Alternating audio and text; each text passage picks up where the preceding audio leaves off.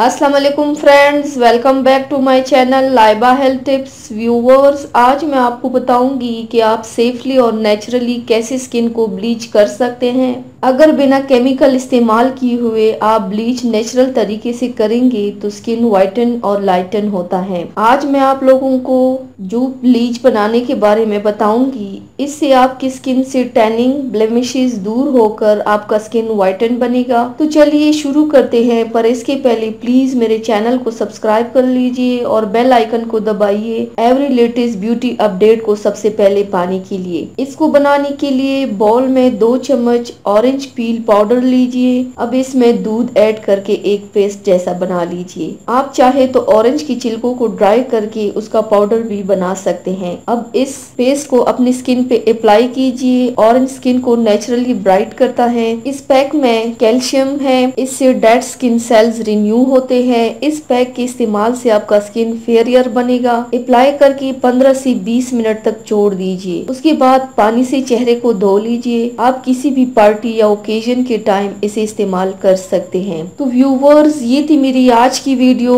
उम्मीद करती हूँ आप सबको पसंद आई होगी। मेरी वीडियो को लाइक और शेयर जरूर कीजिएगा। मुझे फीडबैक जरूर दीजिएगा। मेरे चैनल को सब्सक्राइब करना मत भूलिएगा। अपना बहुत ज्यादा ख्याल रखिएगा। मुझे दुआओं में याद रखिएगा। कल मिलते हैं एक नई वीडियो के साथ। अल्लाह हाफिज।